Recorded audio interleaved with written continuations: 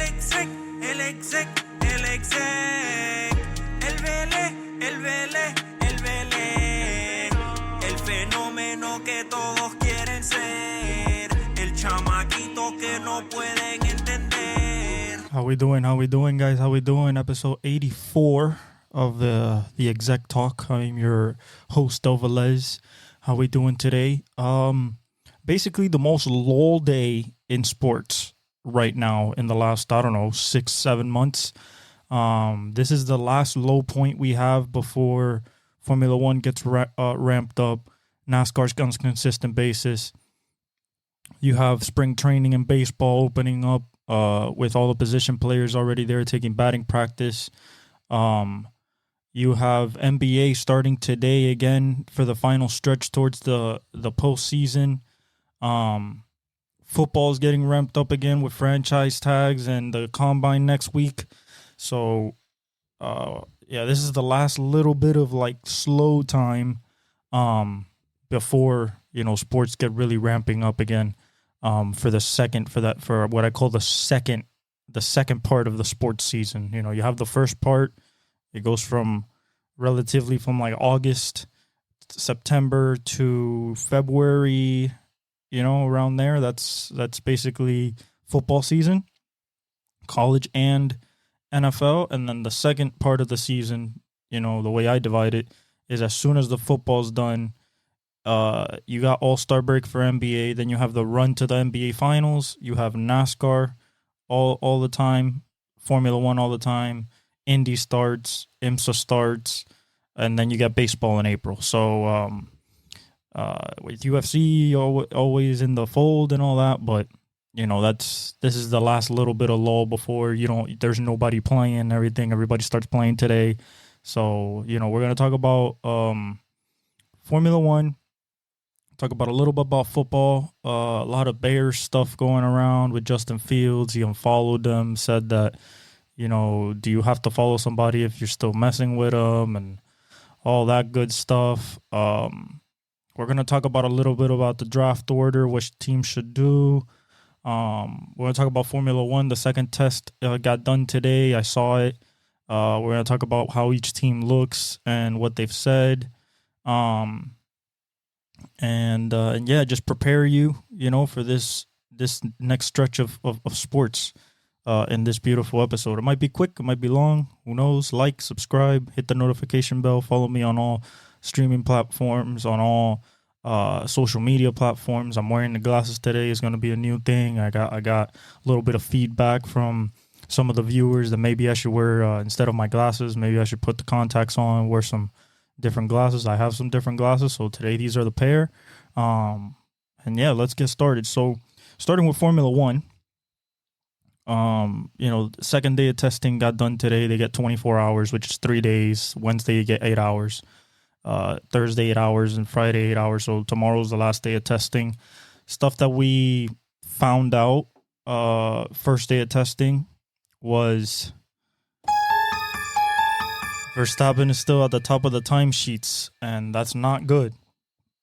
Obviously, we want a competitive season, and having Verstappen already starting to creep out, a second and a half when he wants to in a lap.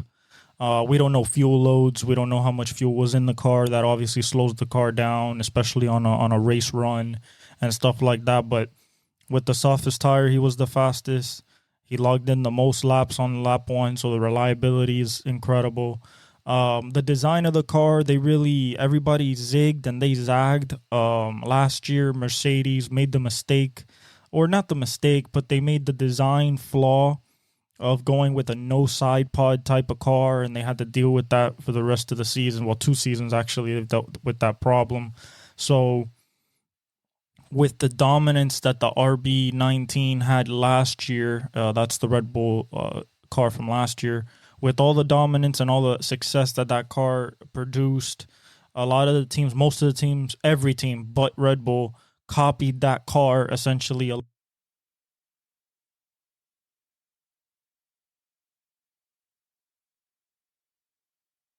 to the no side pod car. So kind of tried what Mercedes did 2 years ago last year.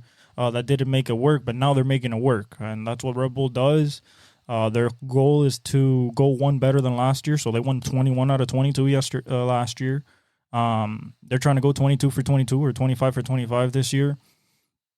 Listen, I don't want to see that. I believe that McLaren has shown up with a package that can possibly challenge if tuned right. They were only like a second or 9/10 behind Verstappen throughout the practice when they really pushed it. First day, Lewis didn't get in the car for Mercedes. It was George. He was pretty competitive. Lewis got in today. He was at the top 3 of the timesheets. I like that. They weren't really pushing, but they were nice in there. What I wanted to see from today after the day 2 of practice is I wanted to see how Checo, Sergio Perez, the other Red Bull driver, was going to do with the same car. Because although we love to blame Verstappen, for, kind of destroying the field. The reason he destroys the field is he's also a hell of a driver, of the likes that, we've only seen with, he's up there in the names. He can be mentioned with the greatest, he could be mentioned with the Prost, with the Sennas, with the Hamiltons, Schumachers, Villeneuve, Vettel's, Alonso's. Like you can put his name up there. He's had 3 championships in a row. They're going for 4. I don't want to see that happen. Since they're practicing they're testing at the same track that they run next week. So round 1 in Bahrain. Maybe the results for next week will be kind of inconclusive, even if they win, because there's so many different types of tracks, slow tracks, fast tracks, and everything like that. They all dominated and everything last year, basically. So, we're hoping that that's not the case this year. Everybody else looks to have taken a step up. Everybody but, I guess, Williams and Haas. But we were kind of expecting that because,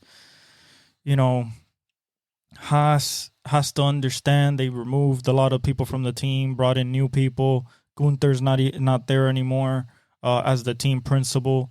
So, they're going to start from the bottom and they're going to try to pick up. Their goal right now in testing is to figure out the long pace. And what long pace mean like the race pace, like when you have to go 70 laps, 60 laps on a full fuel run. They had a problem last year where their tires did not last. They had a lot of tire degradation. And, it was slowing them down, causing them to take pit stops early. Just kind of taking them out of the race and not really having them be competitive. Williams had a fuel pickup issue with the fuel cell in day 1. Day 2, it seemed like they were running better with Logan Sargent. He clocked in over 100 laps today, so that was nice to see for that team. Williams know they're in the back foot as well. Everybody kind of went to the RB19 style, same type of side pods. Everything a little difference here and there from each team because, the aero is always independently developed and so is the engineering. So, every car is different, but the silhouette and how the cars look is very telling towards the success that the RB19 had last year. The biggest thing for me that I still haven't seen is the DRS. How powerful is the DRS on that Red Bull? The DRS last year was almost unmatched for Red Bull. They couldn't be passed even when another person was under DRS. It was it looked unfair at times. It looked really unfair when they were passing people because it was extremely easy. The driver in front, once they were in DRS range of the Red Bull, there was really no shot of defending or keeping your position. Maybe if they made a mistake trying to go on the inside and overcook the corner and not braking, maybe you had a chance to maybe keep that position for one more corner, but it was just too dominant last year. On the front of the Red Bull, they also have a second team. You know, we've known them at Toro Rosso. We've known them as AlphaTauri. Now they're known as Team RB or V-Card. Their car is basically almost a carbon copy from the RB19 last year. It's running well. They're expecting to be in the top 5 beginning of the season and then work their way up to the front. The problem with that is being a Red Bull team, they work in close connection to Red Bull, closer than ever before now, because of the deal that they just did last year. So they get a lot of their technical data from Red Bull and all that. And the reason why that's a problem is because if they get into the top 5 positions, that means you're knocking out an Aston Martin, you're knocking out a Ferrari, you're knocking out a McLaren, a Mercedes, an Alpine. You're knocking out one of the other manufacturers, and it's just a Red Bull team. You get what I'm saying? Like, it's just like a kind of like a proving ground, even though they have Daniel Ricciardo on the team, but they're kind of just like putting him there to see if he can perform at the level that he used to maybe move on from Checo and put him into the seat next to Verstappen and give him another shot at the Red Bull main team. But for me, it's, you know, I would rather see another team. I would have rather seen another manufacturer that would have been Audi or Andretti take over that spot. I don't think that having 4 cars on the grid and taking 20% of the spots is good for the sport. That's just me. They've done it for a while. They've had it since Minardi, and then that turned into Toro Rosso, and then that turned to AlphaTauri, and now into Team RB. The car looks good. Daniel looks good, comfortable in the car. I love Daniel as a driver. I've always liked him ever since he was at Red Bull, and even when he was in Renault.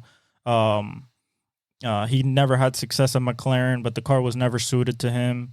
He had injury last year with the hand.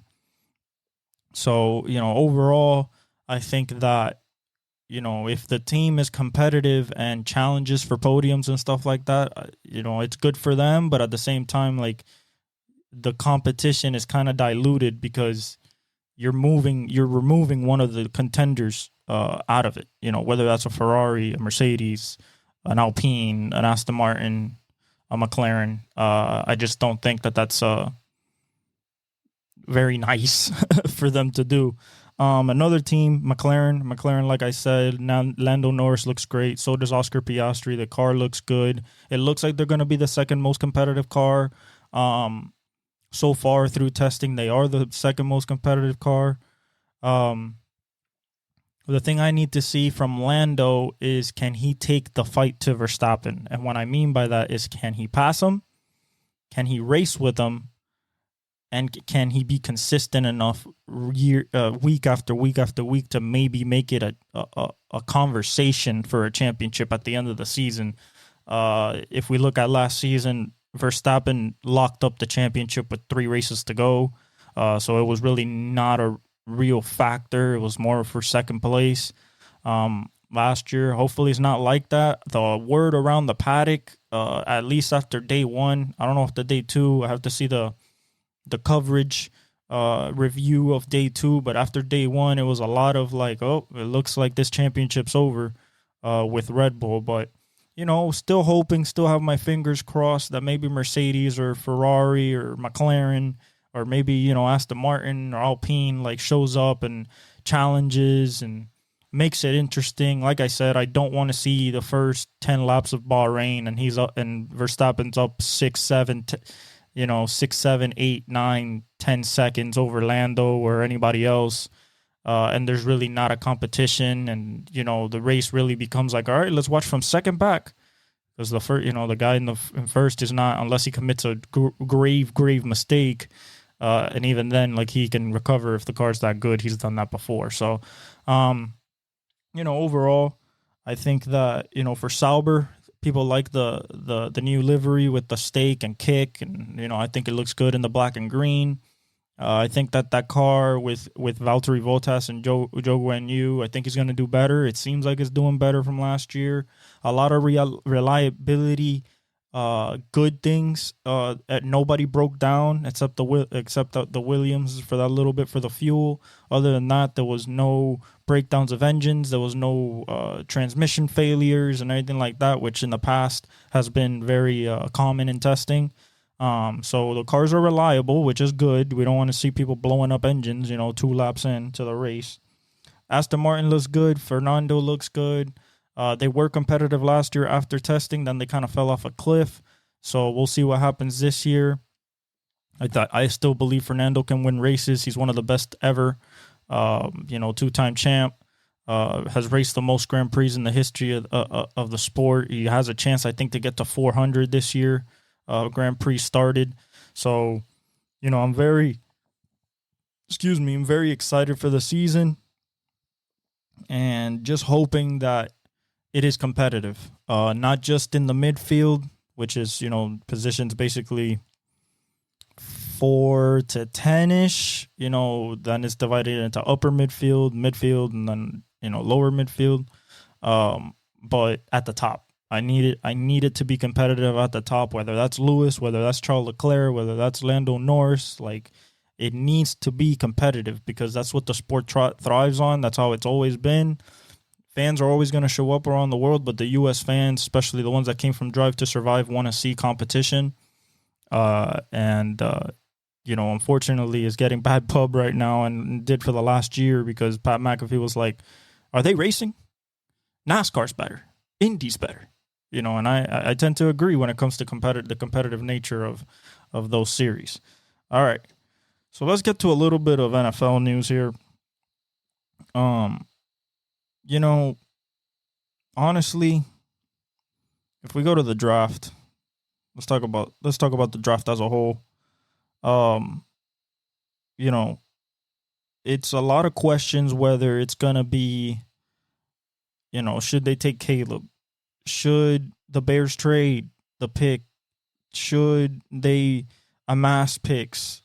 And I'm going to tell you, if I'm the Bears, and with the Justin Fields unfollowing and all that, I think he's done. I think that he understands that the writing's on the wall, and he's just trying to play the good cop and the good Samaritan. I think that just financially speaking,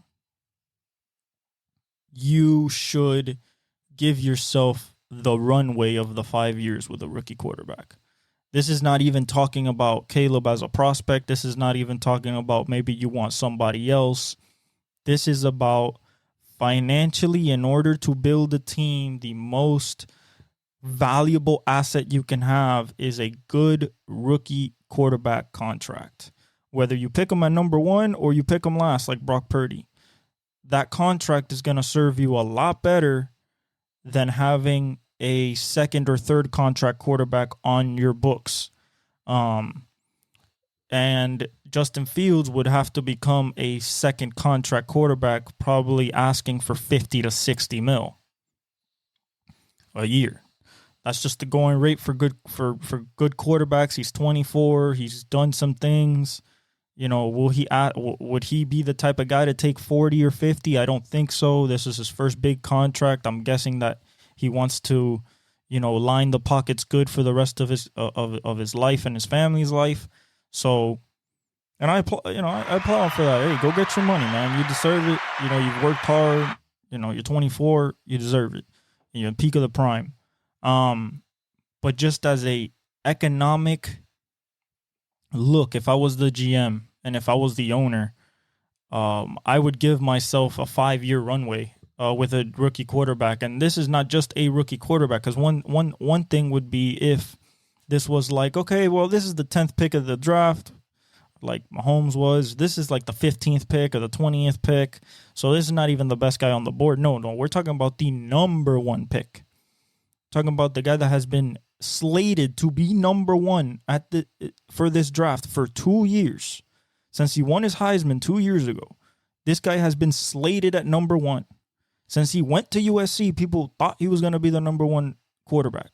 So whether you think he's a generational talent, whether you think that he is, some way he's missing something, whether you think that he can't process, whether you think that he gets too many sacks, he doesn't go through his reads, he's a very Zach Wilson-esque quarterback. Guess what? There's 2 other ones you can draft. But the complete package of getting a 5-year runway to be able to build around that rookie quarterback, I believe that is the best way to go. And, I've been mocking them, Caleb Williams, since day one, and I'm still going to keep mocking them, Caleb Williams, since till the draft comes, even after the combine, regardless of what happens. The deal for the number 1 pick got done last year at the combine, if we remember.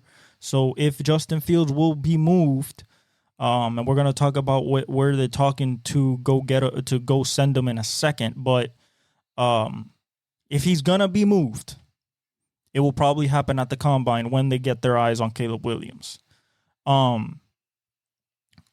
What teams would go after Justin Fields? Who would be in the running to go get his services? There's 2 teams that have come up. One that we have talked about ad nauseum because it's his hometown, and it just makes sense. And the other one because the guy that was formerly at his hometown coaching is now the offensive coordinator over there, and that's being the Pittsburgh Steelers. Now, Atlanta. Raheem Morris is a defensive coach, so it would have to be through the OC how this gets built. He does have every weapon that he needs, and I mean every single weapon. Every weapon at every position. Blue chip player in Bijan Robinson at running back, blue chip player in Kyle Pitts, blue chip player in Drake London. You have a blue chip player in Lindstrom on the line, Matthews. So you have what you need on the offensive side of the ball to be successful. Now, what you don't have is a proven track record with the coach because he hasn't coached in years as a head coach. And also, there's not a really culture of winning there. There's not necessarily stability within the front office, within the team as itself. It kind of completely revamped when it comes to the coaching staff after getting rid of Arthur Smith. So that's the question. Can they develop him? Can he become more of a passer? Can he still use his legs but be smart?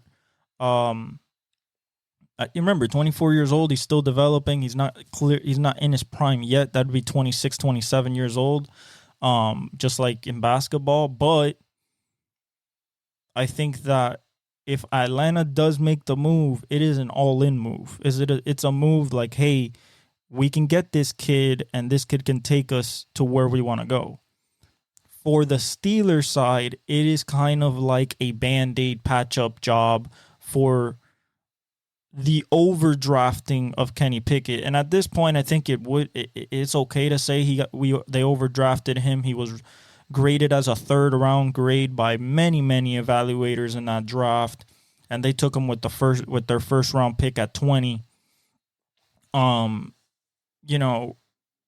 And the results have kind of been of a mixed bag, but the problem is they've gone through 3 different offensive coordinators. And now with Arthur Smith, it's going to be definitely based on the run. A lot of Najee Harris and Jaylen Warren is what I see in their future. Now, when you have a guy like George Pickens, Deontay Johnson, and Pat Freiermuth, I don't understand, why, and Kevin Austin, why there is this, reluctancy to air out the ball, to find your best weapons, to use your best weapons. For you to have that level of talent on the perimeter, and for you to be like last in targets of over 20 yards and like don't want to throw over the middle, one of the least wide receiver targeted teams in the league, barely use your tight end, which you took at a very high pick. It's just counterintuitive to me. And with a guy like Arthur Smith, he didn't use Drake London. He didn't use Bijan. He didn't use Kyle Pitts. He liked to use his backup tight end. He liked to use his backup running back, his 4th, 5th string receiver. So I don't know how that's gonna fare with, even if you get a guy like Justin Fields, if you're, the offense is gonna hinder him by not letting him use George Pickens or Deontay Johnson or Pat Freiermuth. Like, whether it was decision and process based, or the play is built to go to that, second string, third string, not main guy receiver. I think that will be a big flaw for Arthur Smith, that if he can fix, they can be dangerous if they get Justin Fields. The defense is good. People say that, all they need is an offense, and then they can get off and running. Listen, the reason that Kenny Pickett does not work is not because he's not good, because he's not Zach Wilson. He's not Boo Boo Kachu Cuckoo. You know what I'm saying? He's not doo-doo. But at the same time, like, when you look at that division, you're looking at Joe Burrow, Lamar Jackson, and Deshaun Watson. Even if you don't think much about Deshaun Watson right now, he's better than Kenny Pickett. It's just what it is. Joe Burrow's an MVP candidate. Lamar's a 2-time MVP and the reigning MVP. So you're dealing with guys for 8 games of your season that, if you're at a disadvantage at the quarterback position, you just put that much more pressure on your defense, on TJ Watt, on Alex Highsmith, on Cameron Hayward and Minka, to make plays for you, turn over the ball. You're living on the Dallas Cowboys edge, basically. If your defense don't score for you, your offense, for some reason, in spurts that are important, they don't show up. So them, basically, to me, getting Arthur Smith was to try to get back to the Steelers lifestyle, the Steeler way, the day that, R.I.P. Franco Harris and Jerome Bettis, and, when they had those guys, that's what they're trying to go back to. And I get it, but we're in a spread football league right now, and if all you're going to do is run the ball 35 times a game and pass 15 times, I don't think you're winning many games versus Joe Burrow, Lamar Jackson, Pat Mahomes, Justin Herbert, C.J. Stroud, Anthony Richardson, Aaron Rodgers, Josh Allen, Tua. Guys, I'm just naming the AFC here. This is just the AFC. This is not naming Brock Purdy. This is not naming, if you want to put in Dak and Jalen Hurts. Like, this is not naming anybody in the NFC. This is just AFC. That's what they got to face. A legend in Pat Mahomes, a guy that basically is setting up a Hall of Fame resume in Josh Allen, a guy that's basically already a Hall of Famer in Lamar, a guy on that trajectory with Joe Burrow if he stays healthy, a guy on that trajectory in Justin Herbert if he stays healthy and brings success. Like, yes, you're going to have, most of the time, you should have a coaching edge against your opponent. The only times you're not going to have a coaching edge is against the Chiefs. In my opinion, against the Chargers, I think Harbaugh's a better coach than Tomlin, personally, based on his track record. Other than that, Belichick is gone. So, most of the time you should have a coaching advantage when it comes to whoever you're facing in the AFC, unless it's, the Chiefs or the Chargers. But actually, Harbaugh and Mike T, Jim and John, I think they're on the same plane, so it's a nice chess match.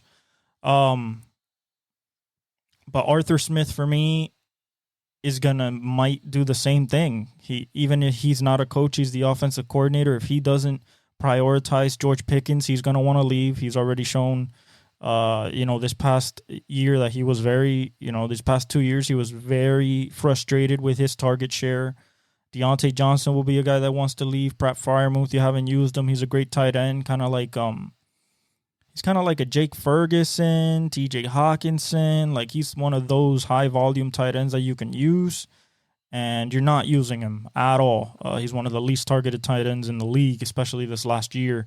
So for Justin Fields, would that be a good move? I mean, you have it would be a triple threat with the pass run of him being able to run and Najee and Jalen.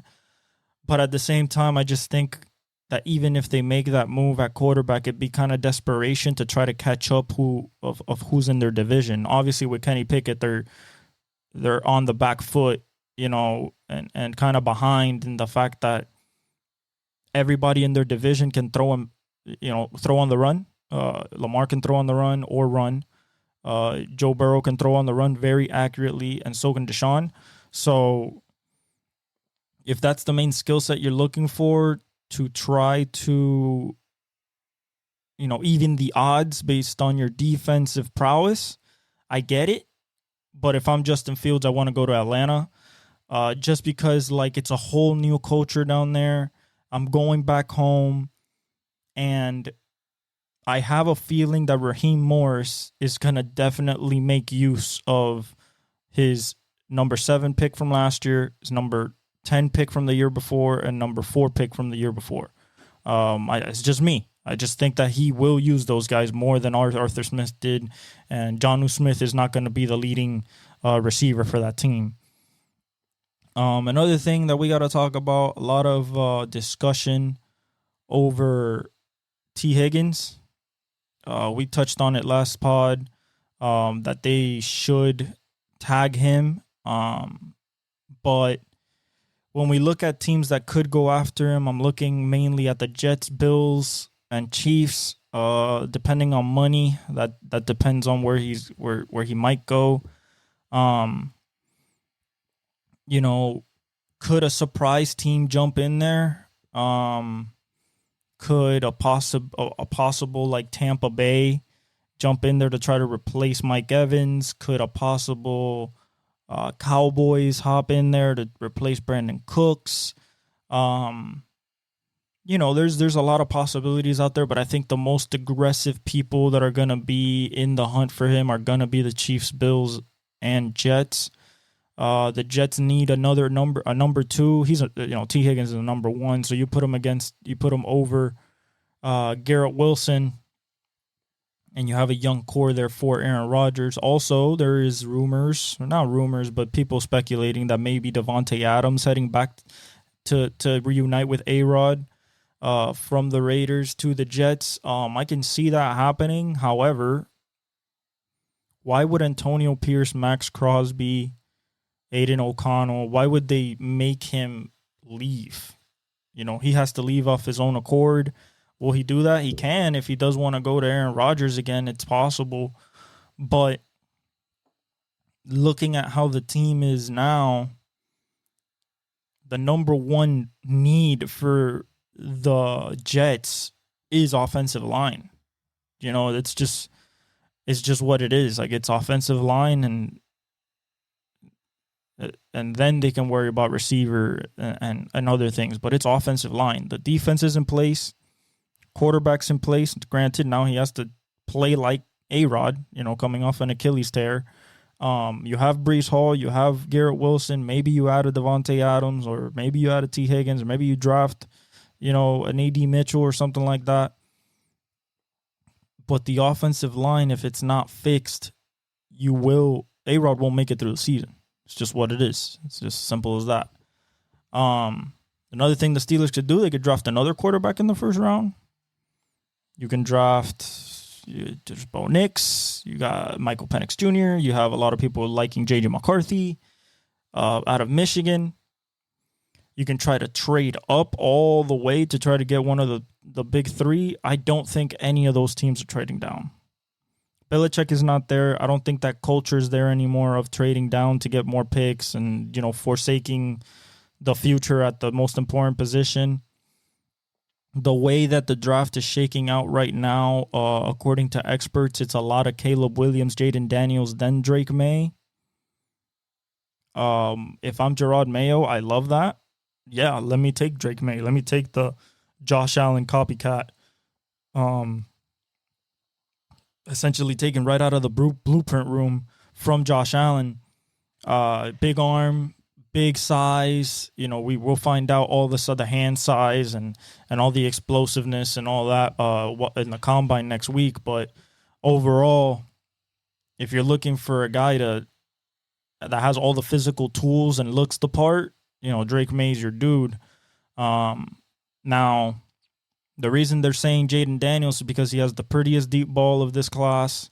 He's the most accurate with it, including Michael Penix. He has a great arm. He might have 4.3 speed with the legs. He can process. He was throwing the studs. He was throwing to Malik Neighbors, who's going to be possibly a top 10 pick, or not possibly, most likely a top 10 pick. And, he was throwing to Brian Thomas Jr., who would go in the first 3 rounds. So, but so did Joe Burrow, through to Jamar Chase, through to Justin Jefferson. So, you take the good with the bad. Overall, for a team like Washington at the 2 spot, with a guy like Cliff Kingsbury as your OC, supposedly they might try to trade up to 1 to try to get Caleb for Cliff. If I'm the Bears, I don't do it. Now, this all depends on the combine, because how they throw, granted, everything is on tape, right? It's like, show me on tape what you are. And then at the combine, I can put in 2 to 2 together to see body, movement, strength, explosiveness, and then match it to the tape. Whether you are faster on tape and you just have in-game speed, which is what like Puka Nacua and people like Pat Mahomes and stuff like that. That's called in-game speed. That's the speed you can't really measure with a GPS. You can't really, with pads on, with a helmet on, you're fast in game, not just running the 40. So if those 2 things match up, then Caleb can possibly go 2, go 3. Maybe the Bears do trade out of the pick and try to get more and keep Justin Fields. But right now, I think they're not keeping Justin Fields. They will take Caleb 1. So Jaden Daniels and Drake May will be the decision for the Redskins at 2, making it very easy for the Patriots either take Jaden Daniels, the Heisman Trophy winner, or take the prototype, assembly line guy, that looks like Josh Allen, and Drake May out of North Carolina. Other things, Mike Evans is a big topic. Where's he going? Is he going to resign? I personally, people saying that he might go to the Chiefs. I just think the Chiefs don't have enough money to go after a guy like that. I think it's better to go build through the draft. There's a lot. This wide receiver class is so deep and so scary, to be honest. Like, even at the 32 spot where they're at, I think that there will be value there. Whether that's an Xavier Worthy or a Leggett or, A.D. Mitchell. Definitely, you're not going to get a Rome Odunze. You're not going to get a Keon Coleman. You're not going to get a Malik Neighbors. Interesting things that I've been hearing, I've been seeing about Marvin Harrison Jr.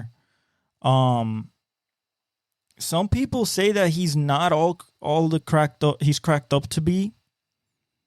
I think that's all going to be put to bed at the combine, because if he runs a 4.38, if he runs a 4.4 at 6'4", 210, I think that just with that and a broad jump of 11, 10.5, 10.8, some crazy, in a shuttle, and just the running the gauntlet, not dropping passes, being sharp on his cuts, being a technician, that's what's going to sell. Because the thing about Ohio State wide receivers, and they've been success stories like, the last few years, definitely, when you look at, Chris Olave and Garrett Wilson, Michael Thomas, you got to understand that what you see on tape sometimes is dictated on what the other team's doing. One thing you cannot take away from Marvin Harrison Jr., this guy has extreme hands, just hands, period, extreme ball tracking, ball skills, route running, everything you want from a technician, just like his father. Everything you want from a technician. He has the size. He's shown off the speed.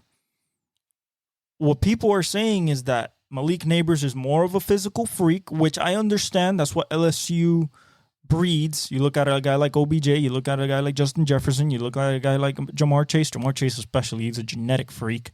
But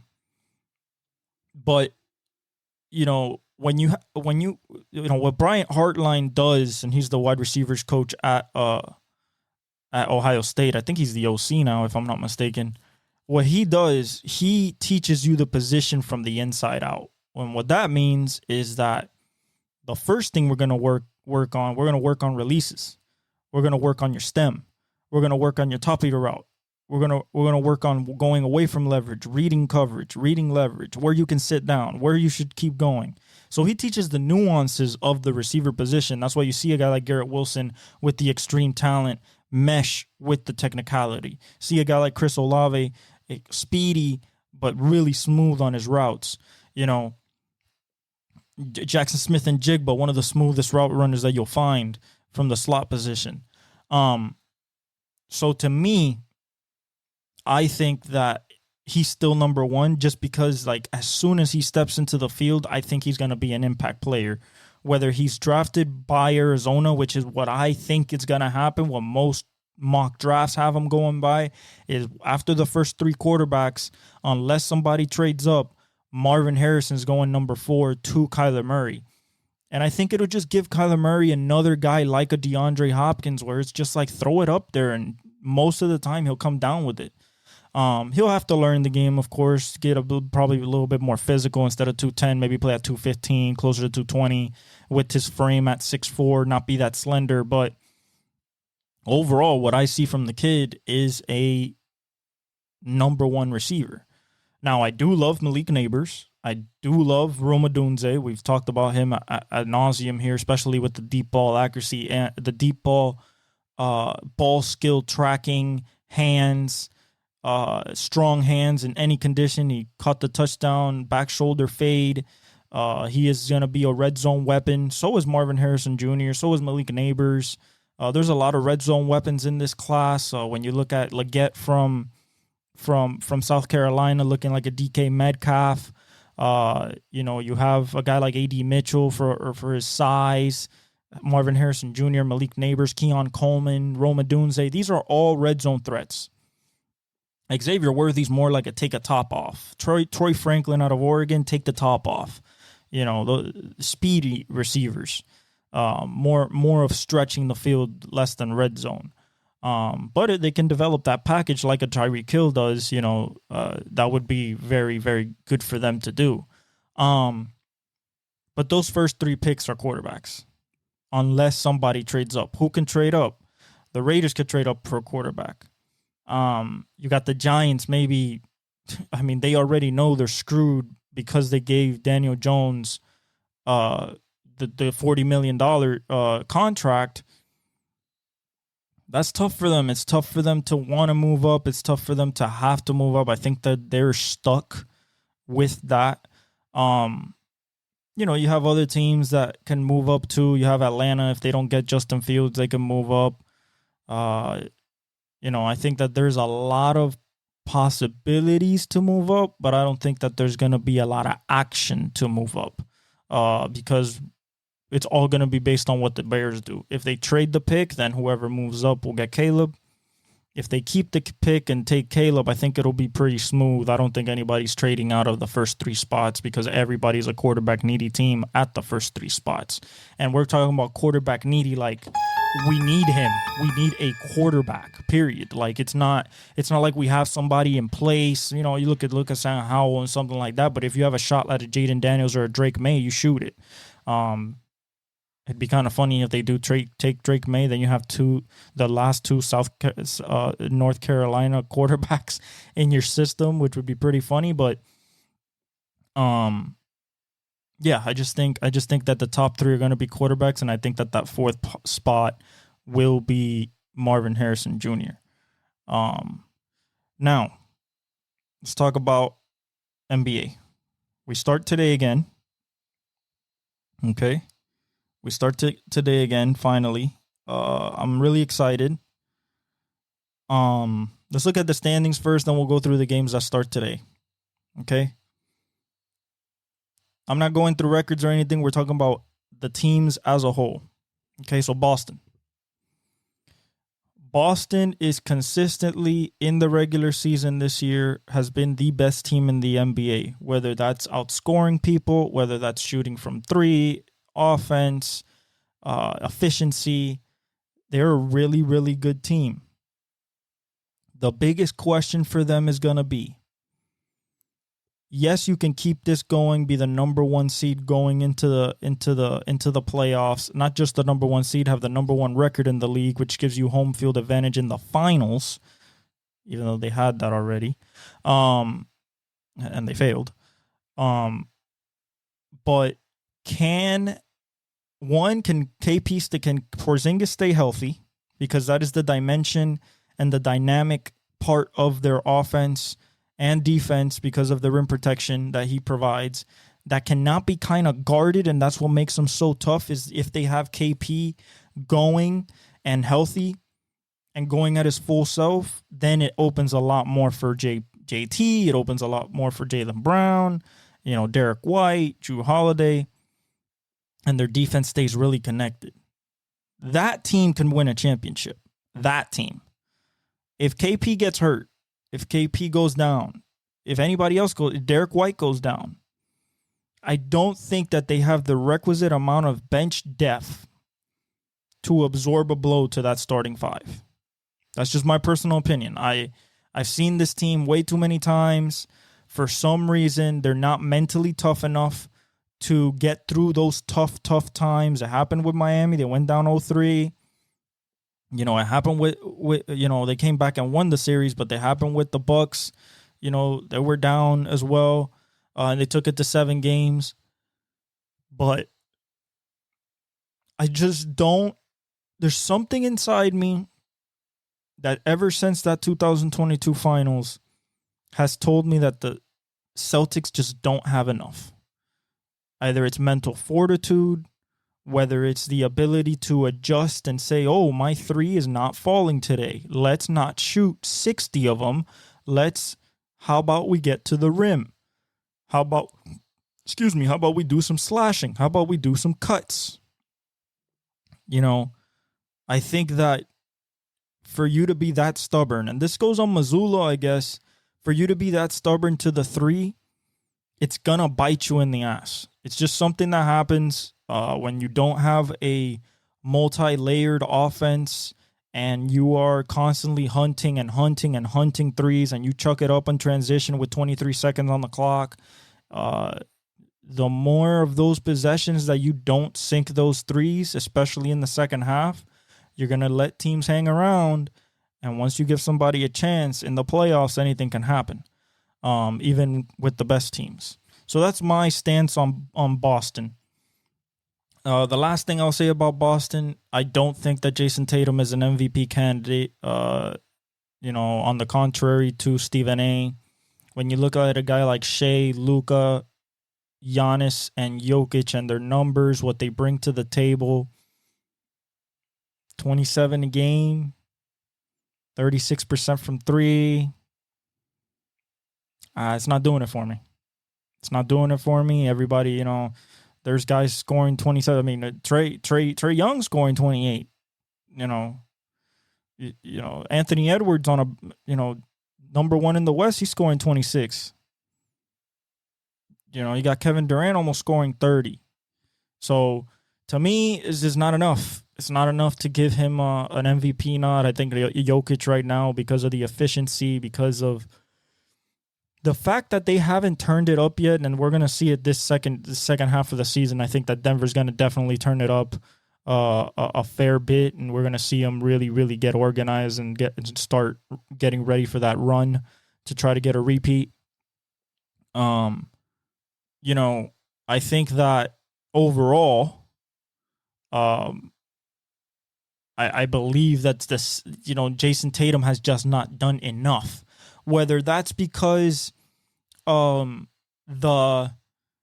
lingering of the 2022 failure in the finals or all that, if that's what's holding him back, it's not fair, but it is what it is. They did it to Joel Embiid, and they still do it to Joel Embiid. But you got to succeed in the biggest moments, man. That's what defines legacies. That's what defines names in this league. And they were talking about Kevin Durant and his leadership and everything like that, and he says like, "Oh, I don't want to be recognized as a leader, but I don't want anybody saying that I'm not." Like, that's such a contradictory statement. Like, oh, you don't want to be like, oh, if you don't mention me as a leader, that's okay, but at the same time, don't tell me I'm not one. It's like, but then why? That makes no sense. That makes no sense, because if you say you are one, then clearly we have to talk about you being a leader. And he's such a great player and one of the greatest players of all time. But the thing that is holding, kind of holds his legacy a little bit in hostage behind Steph and LeBron, specifically in this era, is that he couldn't win one in OKC. He couldn't tell Russell, like, hey, let's dial it back a little bit, be a little bit more controlled. Couldn't do that. Goes to Golden State. All he has to do is hoop. He hoops, gets 2 back-to-back championships, gets hurt his third. Going for a three-peat. He gets hurt, tears his Achilles. Draymond calls him a B. He calls him a bitch. And then, things rift out of there. But instead of being the bigger man and maybe just saying, nah, I really want to stay here and keep winning, he got 2 finals MVPs. He was clearly the best player in those finals, but everything ran through Steph. Everything ran through Steph and Draymond.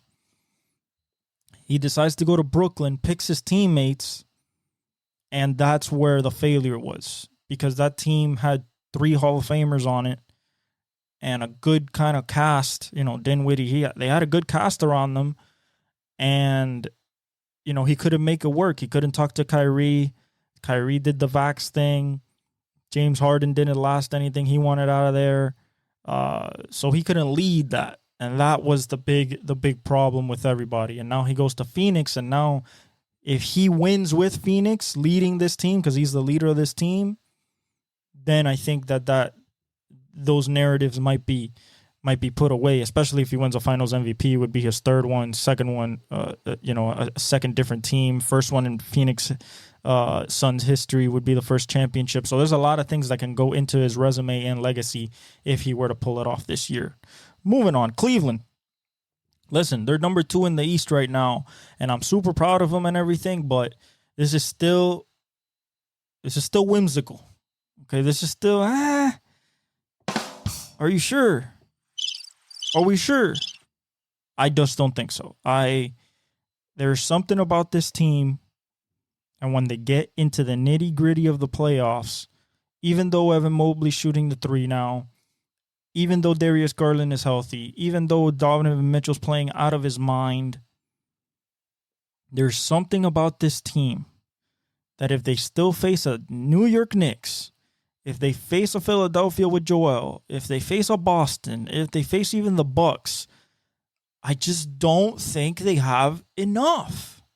I don't think that they have a way to mitigate if Donovan gets stopped. I don't see a way where he could get stopped and they can get 30 from Darius Garland, or can put the ball in Evan Mobley's hands and be like, yo, Evan, please take us to this win. Like, because Donovan's not on, or like he's not having a best game, or he's getting double teamed every play. He has to get rid of the ball. Like, to me, that's still the scary part of this team, is just like, can everybody work together when it matters the most in the playoffs? It didn't happen last year. Will it happen this year? We'll see. But that's my biggest concern with the Cleveland Cavaliers. They could be second all they want. They could be playing, some of the best basketball in the league right now. But based on your playoff performances from last year, we've still got questions. Still got questions. Milwaukee.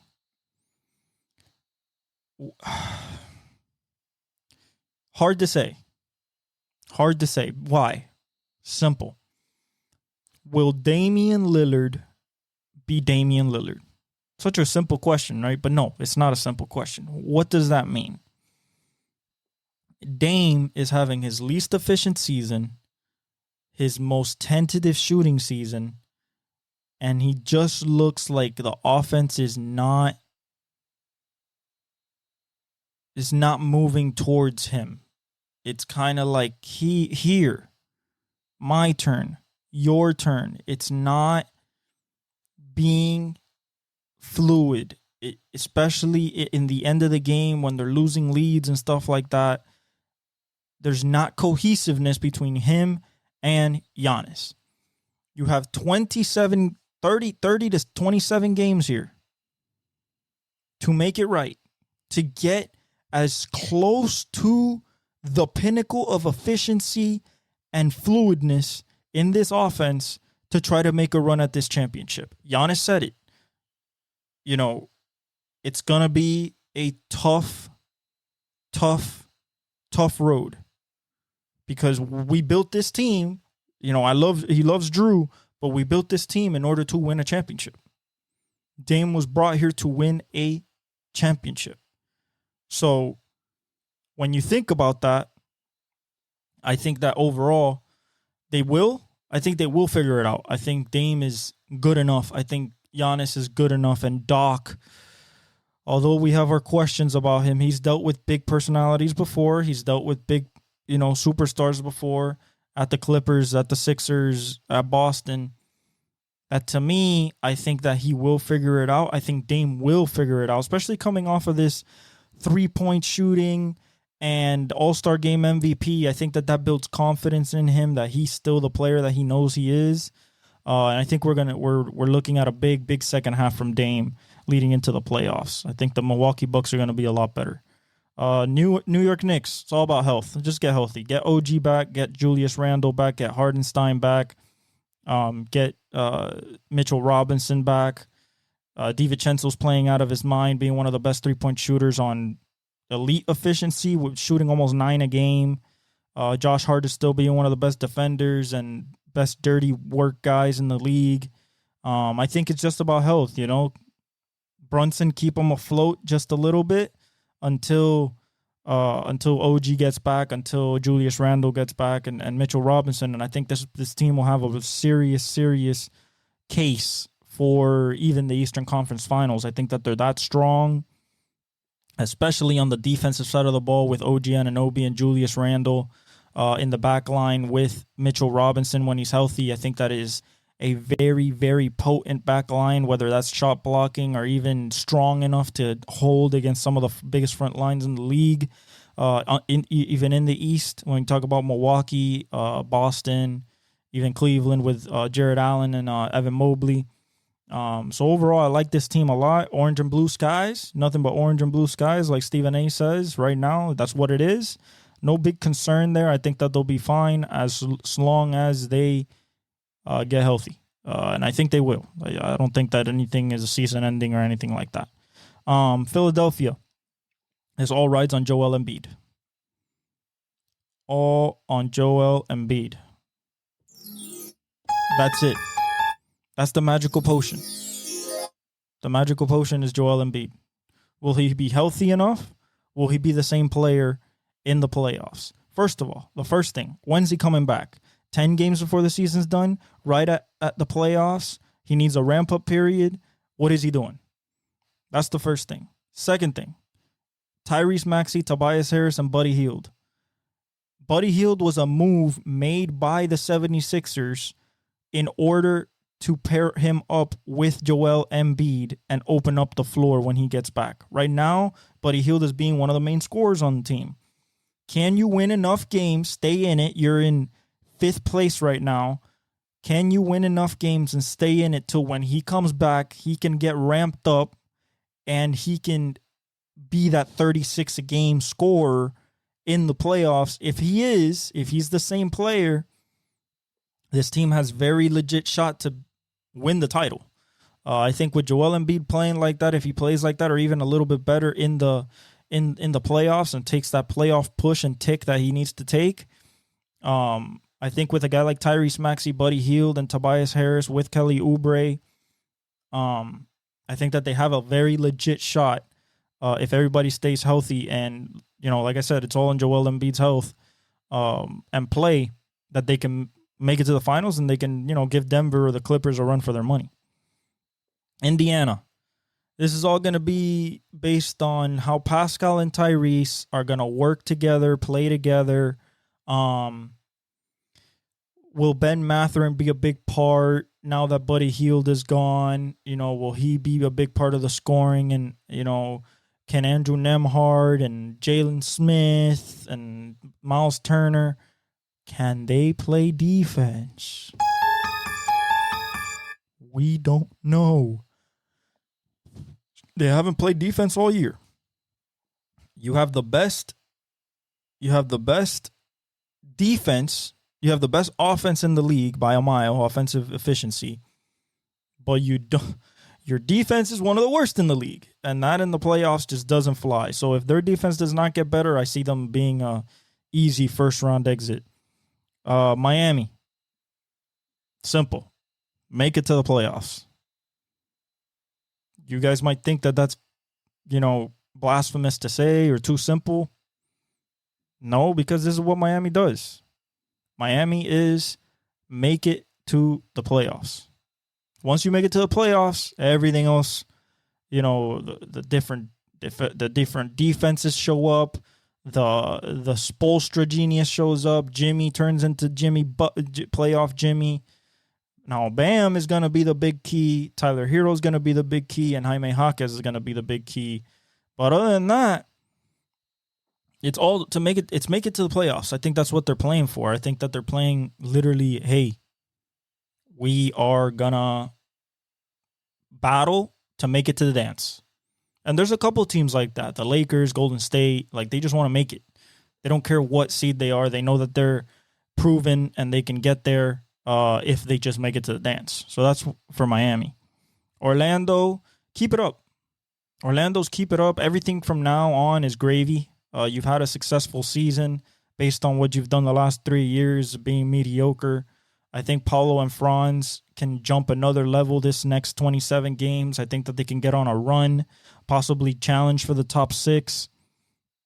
Everybody's pretty tight, so this is going to be a battle, but I think Orlando has a shot to get into that top 6. Chicago, no shot. You're done. Decide what you're going to do in the offseason. That's your thing. Even if you make it to the play-in, what's good is this for if you're going to get whooped in the next round if you make it through. Atlanta, same thing. Supposedly it's Trae Young going to the Lakers this summer. I guess, then Atlanta would be stuck, I guess, with DeJounte Murray and Jalen Johnson. That would be it. That means you have nothing to, maybe you get some picks from the Lakers, some first round picks that you can use. But other than that, if Trae Young does go to the Lakers this offseason, Atlanta might be one of the worst teams in the NBA moving forward. Not that they're any great right now. They're mid, even below mid, 24-31. Quick ones on the non-contenders. Brooklyn, 2.5 games back. Can they contend? We don't know. Jacque Vaughn is gone. They were saying that they wanted to build the offense around Ben Simmons. They didn't. The team didn't like that, so that's why Jacque Vaughn got fired. They wanted it around Mikal Bridges. I think the offense should be predicated on Mikal Bridges and Cam Thomas. I think those are your two best scorers and best penetrators. I like Cam Johnson. I like Dennis Smith Jr. You got some pieces, but you're going to have to trade a lot too. Toronto, wait for next season. Scotty Barnes is playing great. Charlotte, keep letting Brandon Miller cook. That kid's going to be a stud. And Detroit, play the young guys and don't worry about nothing. Yeah, just literally play the young guys. Play Asar, play Cade, play Jaden, play Jalen Duren, and Marcus Sasser, and that's it. If you want to play Beef Stew, he's in problems right now, so I guess, you can. But the West, Minnesota, keep doing what you're doing. Keep playing the number 1 defense in the league. The offense should be, you have to figure out what are you going to do coming down the stretch. Are you going to just give the Ant the ball and let him go cook? Is it going to be more of a team-based offense? That's what you need to figure out. You need to figure out if you have a end of the game, last 5-minute lockdown offensive game plan for you to guarantee yourself that you're not going to give up leads if you're struggling on the offensive, let's say that they score on you a couple times and the defense gives up something. You have to be able to come get it back on the other end, whether that's Karl-Anthony Towns, whether that's Ant, McDaniels, Naz Reid, Gobert. Like that's going to be the question. I know your defense is for real. Can your offense stay at a level where it stays compatible to most of the people in the West? Other than that, I feel very confident in them. They have a chance to win the championship. They're not my top contender. That's Denver. And then followed by the Clippers. But I think that they're in the top 4, and they definitely have a chance to make a run and possibly win the chip. OKC, the defense and offense, if you keep this marriage of fluidity within that offense and defensive group, I believe that you guys can go far too. I just think that you guys are going to get knocked out either in the second or even if you make it to the Western Conference Finals, just based on experience. You do need playoff experience in this league. It's not something that you can just go in and not take any lumps and just, win the title. It doesn't work like that. If you look at every champion, even in the super teams and in the dynasties, everybody had their lumps. Jordan got knocked out in the first rounds in the early 80s. And in the late 80s, you got Shaq getting knocked out in the finals against Jordan. You got the Lakers getting beat. You have the Celtics getting beat. Miami got beat. Golden State got beat in the playoffs, twice before they made it to the mountaintop. Denver's gotten beat 3 times before they made it to the mountaintop. So in order to get there, you need playoff experience. Minnesota has a little bit of it the last 2 seasons, only in the first round, but they have a little bit of it. OKC has none of it besides Gordon Hayward. So, I think that he'll be the veteran going down the stretch. But I think they just need, they're a year away. They're a year away. I think Shea needs this postseason to learn how the postseason game is played, the physicality, how to score, how to be in rhythm. Not that he's going to struggle, but I think that, going against a team like the Clippers or the Denver Nuggets, or even to some extent, a team that we're going to talk about very soon in the New Orleans Pelicans, or even the Phoenix Suns, I just think that the experience factor will be too much for them to overcome this season. The Clippers, that's my second contender for the chip. If you look at it, it's really a perfect team offensively, defensively. They play consistently fluid. They've been kind of like the top hottest team in the NBA for a couple months now. James Harden is the great connector between Paul George and Kawhi. It's not your turn, my turn. It's much more of a fluid offense. Norman Powell coming off the bench, he can give you 20-25. Terrence Mann is a great defensive wing and can score. You can give the ball to Kawhi at the post. You could give him at the 3. He's one of the most efficient scorers in the league. The last month he went 50-50, 50-50-80, 50-50-90, something like crazy efficient. Paul George is still one of the smoothest players you'll ever see, a Hall of Famer. Russell Westbrook leading that second line. That second unit is very, very, very formidable. Passing, rebounding. He can score. He can slash if he wants. This team is fully capable with the coaching from Ty Lue to win the chip, and it would be great for them to kind of stick it in the nose of the Lakers right when they're going into a new arena next year. And for the first night in that arena to be a banner night, that'd be crazy. Phoenix, can the defense hold up, and can Bradley Beal hold up? You need Bradley Beal, Booker, and Durant to be healthy in order for this team to even try to get a sniff at the championship this year. They might be a year away just because of continuity's sake. In the playoffs is where that stuff starts to come up. It happened in Brooklyn with him and Kyrie. I think overall they have the offense to be able to win a chip. They don't have necessarily the defense or I think playoff bench depth. I think the rotation will be very short, just because I don't think that they have a lot of contributors that they can put in a playoff series format. But they have the offense, and when they're all three out there, it is really lethal from mid range and from three. Extremely efficient. I think it's a 129 offensive rating, which is nuts. But you got to be able to play defense, and you got to stay hot. You can't go cold. We've seen KD go cold. We've seen Devin Booker go cold. Bradley Beal hasn't been in that type of moment, so we'll see. But I think that they're a year too early. New Orleans, this is like the team that really sets the danger.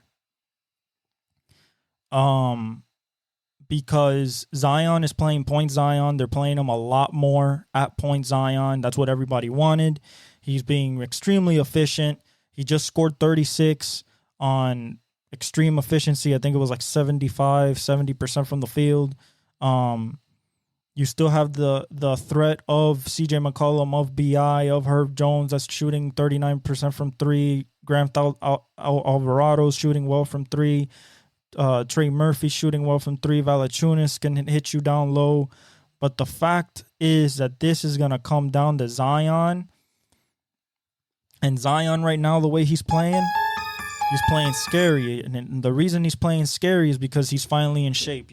You're seeing Zion finally be in the shape that he was in his rookie year. He's explosive. He's getting up to the rim. He's jumping. Looks like he has his vertical back. And he says he's like 93%. And if he's 93% and playing this way, it's going to be very dangerous if he gets to 100%. So that's what New Orleans is based on. New Orleans is based on all Zion. If Zion's healthy, they're going far. If he's fully healthy and he's fully engaged into the playoffs, he can win they can win the chip. And I wouldn't be surprised. Dallas, Kyrie and Luka, Derek Lively, PJ Washington, Daniel Gafford. That's it. That's what it's going to be. Can Daniel Gafford and PJ Washington and Derek Lively provide enough of defensive rim protection in order to disrupt teams enough that Kyrie and Luka can just do what they do on the offensive side of the floor? Can Derek Lively, PJ Washington, and Daniel Gafford be the lob threat that they need, that Luka and Kyrie need? All those are questions. I believe that they can do it. Once Luka and Kyrie get into the playoffs, they're different monsters. So I think that if the defense gets shored up, especially in the interior with Derek Lively, PJ Washington, and Daniel Gafford, those two additions, and the rookie, I believe that they can go very far. And with Luka and Kyrie, if they get hot during a 2-month stretch going to the finals, they can win it as well. Sacramento is going to be what's going to Domantas Sabonis going to do in the playoffs. Can he out rebound? Can he be out physical other bigger guys than him in the paint? He's leading the league in rebounding right now, but he does that every year. We have to see it in the playoffs. That's just what it is. I like De'Aaron Fox. I like Malik Monk. I like Keegan Murray. I like Harrison Barnes. Like everybody else in that team is pretty good. It's just going to come down to, can Domantas Sabonis dominate like he is dominating on the boards during the regular season? We saw that last year against the Golden State Warriors. It was kind of hit or miss against Kevon Looney, and that's why they probably lost in 7. So the Lakers, they've been playing good. It's just going to come down to the health of Anthony Davis. Knock on wood, he's been great this year. LeBron James, he's been great this year. Can Austin Reeves and D'Lo keep this surge of scoring and this surge of efficiency? If they can, they'll be a threat. If they can't, they'll fall by the wayside. With the rumors of what LeBron's going to do this offseason and, the Golden State Warriors going after him and stuff like that, this is one of the make or break years, I believe, for this, because Bronny's coming out next year. So although I think he's staying as a Laker forever, I don't think he's jumping to any other team. It's going to be very interesting to see. They just want to make it to the dance as well. And they believe that they're dangerous enough to beat anybody. So we saw that last year. They went to the Western Conference Finals with a put together squad at the deadline. No such moves this year. So it's all consistent. But at the same time, it's going to come down to AD being like AD every game. LeBron still being efficient, still being good. And Austin Reeves and D'Lo taking the secondary scoring to places where they can score 119, 120 a game and play solid defense and win games. And Golden State, they were on a little run. They are 8-2 in their last 10. We have to see if this momentum carries to the second half. I believe it will. I believe Clay will start coming off the bench and adding a certain level of scoring to that bench unit. Pods, they're going to run with the small lineup. They're going to run Kuminga, Draymond, Pods, Curry, and Wiggins. I think that's what they're going to run with. They're a really good squad when they run that squad. Bench Jackson Davis, Klay Thompson, Quinones, Santos. It's going to be a put-together group, but if there's anybody that can do it, it's Steve Kerr and Golden State, and it's going to rest on the shoulders of Steph Curry. It's going to rest on the shoulders of Draymond Green and Klay. Wiggins, if he could get back, he's starting to get a little bit more efficient. Kuminga, if he could be that player of 20 a game and almost 10 rebounds as a 21-year-old that he's doing right now, it all holds well for them. I think they're going to make a push. Not that they're going to be some crazy into the top 6, but I think that they will be in the play-in and definitely make a push to try to get into the playoffs. Utah is right there. They just have to keep playing Keontae George and Lauri Markkanen, develop that core. If they make it to the play-in, it's great. If not, they have a building block next year. Houston, at this point, it's literally run Van Vliet, Cam Whitmore, Amen Thompson, Sengun, and when Tari Eason comes back, that should be your starting 5. I don't see why Jalen Green should start anymore. I think that Cam Whitmore is by far the better player, and he should be starting. To be honest, Memphis, keep developing G.G. Jackson. I think that he can be a star for you, maybe even a third option behind Desmond Bane, maybe a second option behind Ja. He has that type of potential. He's only 19. I think that you keep developing G.G. Jackson. You start him, let him. He's hitting like 40% from 3 right now. He's long. He can slash. He can play defense. So I think that was really good by them in the second round. And I think they should develop him into the weapon that he might be for them in the future. Portland, run the young guys out there. As soon as Shaedon Sharpe is healthy, run Anthony Simon, Shaedon Sharpe, and Scoot together with Ayton and maybe Chris Murray, and just run that lineup. Try to develop Scoot, try to develop Anthony, develop Shaedon into playing together. They're right backcourt. Scoring wise, slashing, one's powerful. I think that Scoot gaining his footing. I think these 27 games for Scoot are going to be huge for this rookie year and for the perception of the future for him. You should give him the keys and let it ride because you have nothing to play for. And then Antonio, just let Vic and Vassell do their thing.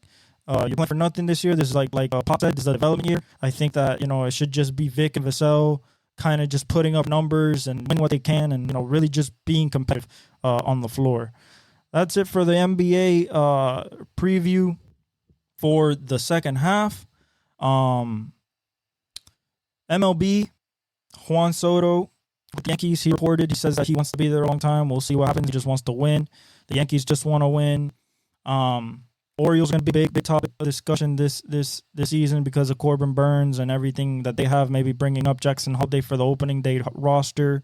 The Pirates with Paul Skeens, are they going to bring him up? You have the Reds with all the young cats with Matt McCain, and McLean, and Eddie De La Cruz, and Carson Armstrong, I think his name is, and Benson. A lot of young kids, you always have the Dodgers, Shohei, Yamamoto. They reported Shohei was swinging great. Freeman saw Yamamoto pitch. He faced him, and he said, he's on our team. So that tells you how good he is. The Astros, they're running it back with the same team. Now with Josh Hader as the closer, that's going to be nasty. We have to see what happens to Blake Snell, whether he's going to sign somewhere or not. What is going to happen with Cody Bellinger, resurgent season last year. So we'll see what the former MVP, either demands or, accepts in free agency. But other than that, it's going to be a very, very good second half of sporting season, I believe. It's going to be exciting, especially basketball, baseball, Formula One, NASCAR. I'm excited for all of it. Thank you. We're going to keep going through it here. The Exec Talk. I'm El Velez. Thank you for watching. Subscribe.